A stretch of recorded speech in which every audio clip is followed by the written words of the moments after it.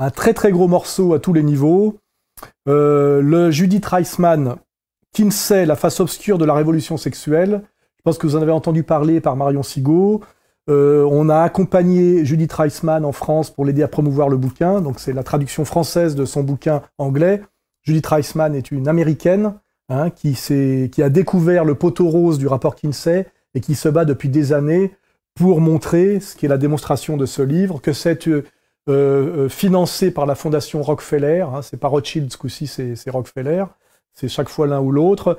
C'est une vaste entreprise de destruction de la morale fondamentale américaine, qui, on va dire, la morale protestante, mais pas calviniste, la morale luthérienne, et qui faisait quand même que le peuple américain, on le voit dans les westerns de John Ford, est un peuple éminemment moral, qui a une morale du travail, une morale de la famille, et qu'à un moment donné, sans doute, cette morale posait un problème à l'expansion, je dirais, maximale du capitalisme, qui était passé d'un capitalisme entrepreneurial fondé sur le travail, l'entreprise et la production de matières, de richesses réelles, d'artefacts et de création d'emplois, que ce capitalisme, en fait, était progressivement concurrencé puis dominé par le capitalisme financier.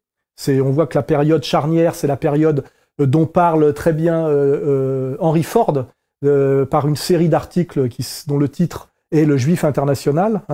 Ça correspond aux années 20, et qui montre effectivement que le problème que rencontre ce capitalisme protestant, entrepreneurial, créateur d'artefacts et d'emplois, commence à être passé sous la domination du capitalisme purement bancaire et financier, qui lui est destructeur de richesses et qui n'est pas protestant dans son essence, en tout cas pas protestant luthérien, mais fondamentalement juif. C'est la thèse d'Henry Ford, qui est quand même le plus grand capitaliste entrepreneur du monde moderne.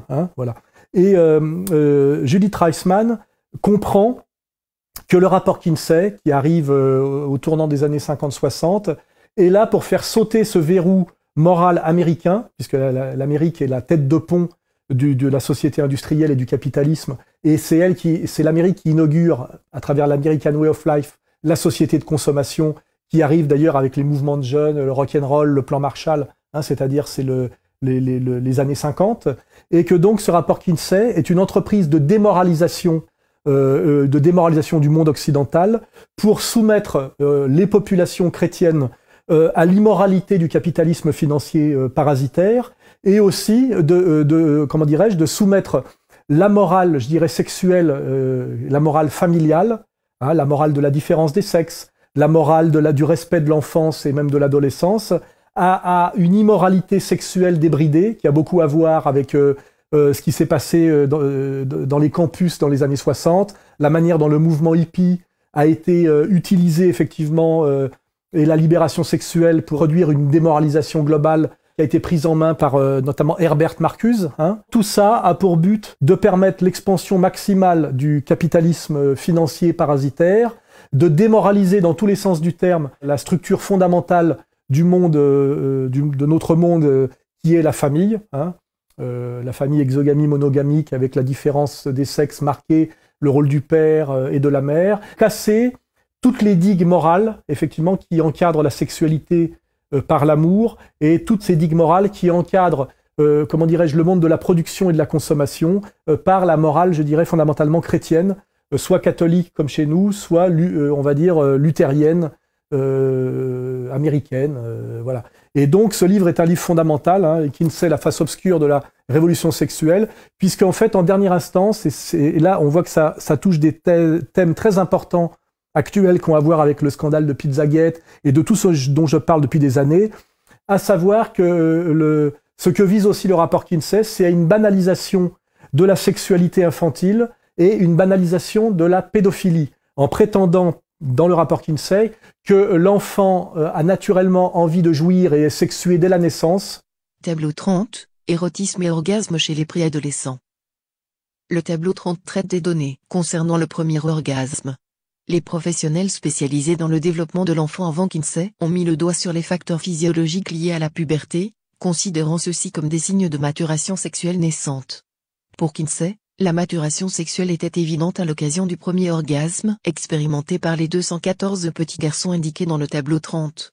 La conclusion de Kinsey, à partir de ces données restreintes et sans fondement, était que la plupart des préadolescents peuvent expérimenter l'orgasme. L'équipe de Kinsey a même davantage enjolivé les données, déclarant que les tout-petits avaient besoin d'un climat social nouveau, et concluant que, dans une société désinhibée, la majorité des garçons pourraient avoir des orgasmes à l'âge de 3 ou 4 ans. Dans la population prise dans son ensemble, on trouve un pourcentage beaucoup plus faible d'expérience d'orgasme par des garçons de tout jeune âge, parce que peu d'entre eux se trouvent dans des conditions permettant de contrôler leurs capacités. Mais les résultats positifs obtenus avec les enfants qu'on a pu contrôler donnent la certitude qu'un grand nombre de bébés et de jeunes enfants du sexe masculin sont capables d'éprouver l'orgasme. Il est même probable que, dans une société où il n'existerait pas d'inhibition, la moitié des enfants ou plus auraient pu arriver au paroxysme, alors qu'ils étaient âgés de 3 ou 4 ans, et que presque tous pourraient faire l'expérience de ce résultat 3 à 5 ans avant le début de l'adolescence.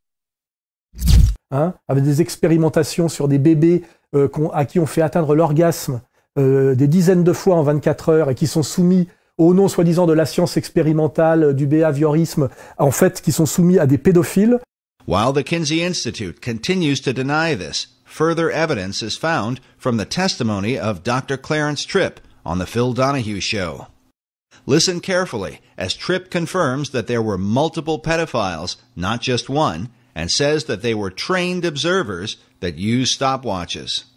I'm going to say that once more, and if I'm wrong, let them sue me. He said oral and manual techniques were used on those children. What American is going to defend that? How does C.A. Tripp respond to that?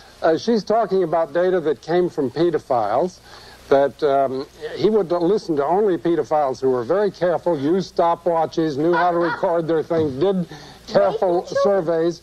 And these she resents very much, but they're very important. So he interviewed people who were known criminals. I assume, were they in prison at the time? Oh, certainly not. But they were, in her sense, criminals because they were pedophiles. But they were trained Oh, in her trained sense, observers. they were criminals because they were pedophiles. They They're were raping trained children and they're not observers. criminals. You're going to defend Nobody that. was raping children. What they were do you doing... call sexually, manually, and orally abusing a baby, and you're a bloody pedophile? On découvre en fait que Kinsey était un pervers sexuel et lui-même un pédophile, qui d'ailleurs qui s'était circoncis lui-même sans s'anesthésier, qui était dans un sadomasochisme ultra. Another account of Kinsey's extreme self-abuse came about when his research was under investigation.